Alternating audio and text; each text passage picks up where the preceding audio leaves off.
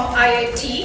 He did not take up any posh corporate job, but followed his first passion of teaching and setting up the Keystone Universe of Education in Ahmedabad. Really proud of you, sir, and congratulations, and looking forward to many more such ventures coming up.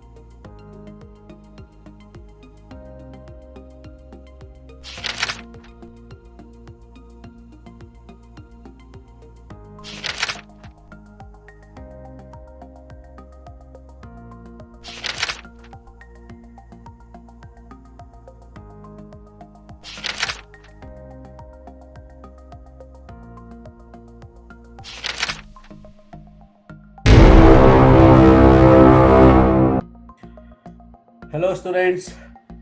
In the last video we started with hyperbola. Hyperbola के छोटे छोटे जो parameters होते हैं वो हमने देखे थे. Today we are going to do continue basically, and this is we will start today with parametric point of the hyperbola. So let us take standard hyperbola x square by a square minus y square by b square equal to 1. अच्छा, एक बात आपको याद रखनी है कि जैसे ellipse में ए और बी का ऑर्डर मैटर करता था कि ए ग्रेटर देन बी है या बी ग्रेटर देन ए, यहाँ ऐसा कोई फर्क नहीं पड़ता. ए भी बड़ा हो सकता है और बी भी बड़ा हो सकता है. इन द लास्ट वीडियो मैंने जो एग्जांपल लिया था उसमें ए को छोटा रखा था, बी को बड़ा रखा था. Doesn't make any difference. So this is about the parametric point, and if you remember, if you know, it is a sec theta comma b tan theta. जो पैरामीट्रिक पॉइंट है वो a sec theta comma b tan theta होता है. Parametric point आप खुद से भी सोच सकते हैं. किसी भी कर्व का parametric point mostly you can find on your own. It's just that it has to be a relation between x and y in one single variable, one single unknown, in this case theta. इसमें देखना, ये x by a का whole square है, ये y by b का whole square है.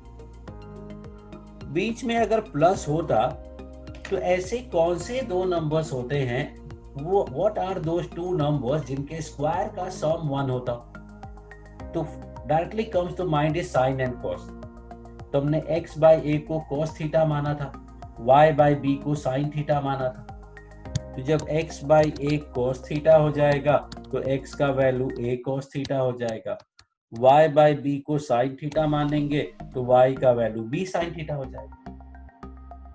अब हम x को ही cos क्यों मानते हैं, x को साइन क्यों नहीं मानते? फिजिक्स में आपने देखा होगा हर जगह जो बेस होता है वो cos से ही आता है. अगर ये r है, थीटा है, तो ये r cos थीटा होता है. तो हमें x कोऑर्डिनेट लिखना होता है, इसलिए हम x को cos से यूज करते हैं, सो दैट जो एंगल हो वो x एक्सिस के साथ ही हो. अदरवाइज जो एंगल होगा वो y के साथ हो जाएगा. फर्क नहीं पड़ता है, आंसर सब कुछ सही आएगा, बट वो एंगल का मेजरमेंट एक स्टैंडर्ड फॉर्मेट फॉलो करते हैं कि angle is always measured with positive x axis in anti clockwise direction. So let's not go there.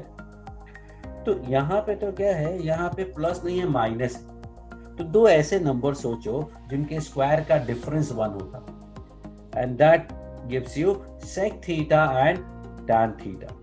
So I can say कि x by a sec theta ले लेते हैं, y by b tan theta ले लेते हैं, तो sec theta का square sec square theta minus tan square theta 1 होता है. तो यहाँ से x मिल जाएगा a sec theta और y मिल जाएगा b tan theta. So this is called parametric point of this hyperbola. Now what is this theta? Ellipse में मैंने आपको बताया था थीटा क्या होता है. Now I'm going to tell you कि हाइपरबोला में ये थीटा क्या होता है. So first thing I'm going to do is draw these, what we call them, asymptotes. फिर यहाँ वर्टेक्स और फिर यहाँ से hyperbola.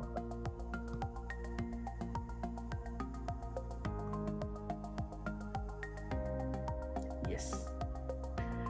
Now let us take some point, say this point P. तो first thing we do is यहाँ से हम लोग परपेंडिकुलर ड्रॉप करते हैं एक्सिस पे. Let's call it M. And then there is this circle. What do we call this circle? This circle is called auxiliary circle. और auxiliary circle का equation ellipse में क्या था? X square plus Y square by A square. यहाँ क्या होगा? यहाँ भी X square plus Y square equal to A square. Because B square तो है नहीं, तो माइनस बी स्क्वायर करने की जरूरत नहीं है. So that is the auxiliary circle. Second, if you see तो सेंटर दिख रहा है ओरिजिन पे और रेडियस आपको दिख रहा है ए, इसलिए that will be simply X square plus Y square equal to A square. अब इस एम पॉइंट से we have to draw a tangent to this circle. तो ये मैंने टैंजेंट बनाया हाइपरबोला में. Tangent is touching the circle at T. It's not over. फिर T से आप सेंटर को ज्वाइन करेंगे, दैट इज ओ. ना ये वाला जो एंगल है, this angle is actually theta. This angle is actually theta. तो A sec theta comma B tan theta जो पॉइंट है P, इस पॉइंट का डायरेक्टली थीटा से कोई कनेक्शन नहीं है. उस पॉइंट को आप ओरिजिन से ज्वाइन करोगे, सेंटर से ज्वाइन करोगे, तो that angle is nowhere connected to theta, but this is theta. पहले आप परपेंडिकुलर ड्रॉप करोगे ट्रांसवर्स एक्सिस पे. फुटा परपेंडिकुलर M आया. M से आपने टैंजेंट बनाया ऑक्सिलरी सर्कल पे, वो आपको T मिला. T से आपने ज्वाइन किया सेंटर को और वो आपको एंगल थीटा देगा. Now your homework is to find coordinate of P, then coordinate of M, and then coordinate of P, and you have to match कि आपको यही वाला आंसर आ रहा है. So T का coordinate, let me start. T का coordinate, T का coordinate होगा a cos theta comma a sin theta. a cos theta comma a sin theta. क्योंकि लेंथ a है और एंगल थीटा है, तो पोलर कोऑर्डिनेट से वी कैन से कि t का point a cos theta comma a sin theta हो जाएगा.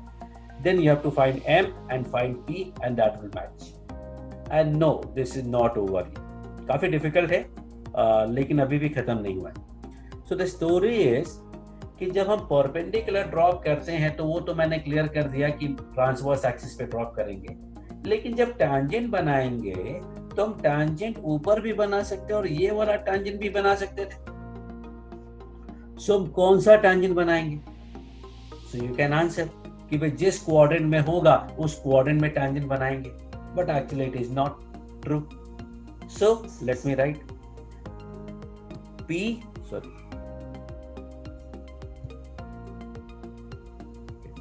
P point and T point. अगर पॉइंट फर्स्ट क्वाड्रेंट में है तो आपको टैंजेंट भी फर्स्ट क्वाड्रेंट में होना चाहिए. पॉइंट अगर फोर्थ क्वाड्रेंट में है तो टैंजेंट भी फोर्थ क्वाड्रेंट में होना चाहिए. लेकिन अगर पॉइंट सेकंड क्वाड्रेंट में है तो आप टैंजेंट थर्ड क्वाड्रेंट में बनाएंगे, और अगर पॉइंट थर्ड में है तो आप टैंजेंट सेकंड क्वाड्रेंट में बनाएंगे. मतलब if I am taking point here in second quadrant, if you see P, perpendicular तो यही आएगा M. अब tangent मैं ये ऊपर वाला नहीं बनाऊंगा, अब tangent मैं थर्ड क्वाड्रेंट में बनाऊंगा. इससे क्या होगा? Let's see इससे क्या होगा. इसको मैंने ज्वाइन कर दिया अपना O से, and this is actually T. ये जो एंगल है थीटा वो ये वाला एंगल होगा. Angle will be this. तो इस पॉइंट का coordinate a cos theta a sin theta है।